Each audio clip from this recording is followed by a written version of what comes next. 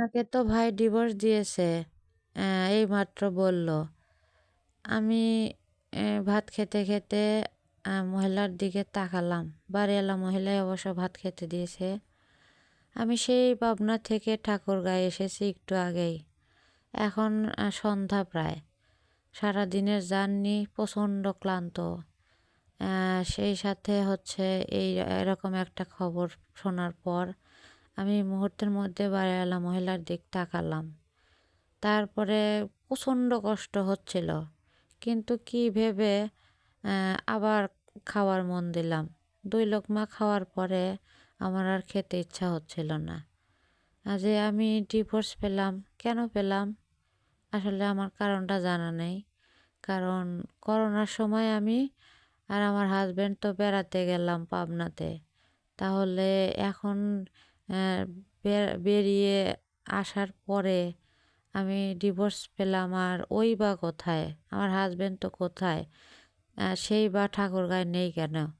এই মুহূর্তে তো তাকে দেখছি না। বাড়িওয়ালার বাড়িতে আমি আমার তালা দিয়ে গিয়েছিলাম, কিন্তু এসে দেখি যে ওই তালা আর নাই। কারণ আমার হাজব্যান্ড বাড়িওয়ালার তালা মেরে দিয়েছে। সেই চাবি নাকি বাড়িওয়ালার কাছে নেই, আমার হাজব্যান্ডের কাছে। আমাকে ঢুকতে দেওয়া হচ্ছে না, তালা খুলতে দেওয়া হচ্ছে না, ভাঙতে দেওয়া হচ্ছে না। আপাতত আমি বাড়িওয়ালার রুমের মধ্যেই আছি ছেলেকে নিয়ে, কিন্তু ঠিক কতক্ষণ থাকতে পারবো আমি ঠিক জানি না।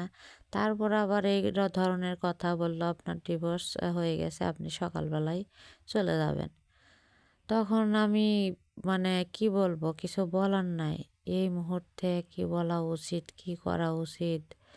হ্যাঁ, বাড়িওয়ালা মহিলা অবশ্য বলতেছিল যে আমার হাজব্যান্ড বারবার অবশ্য মানা করছে যে খাওয়ার সময় আপনাকে কথাটা না জানাতে, কিন্তু না জানিয়ে থাকতে পারলাম না।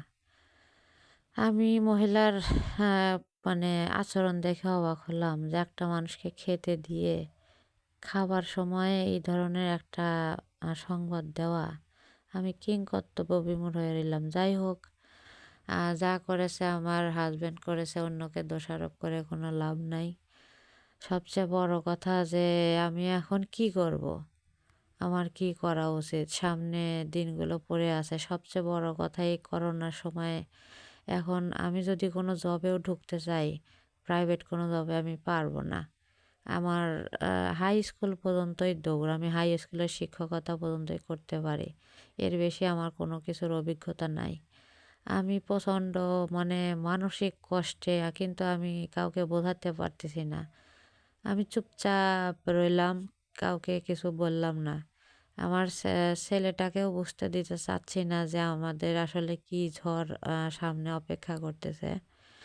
তো যাই হোক, আমি নামাজ পড়ে নিলাম। নামাজ পড়ে দোয়া কালামে বসে গেলাম।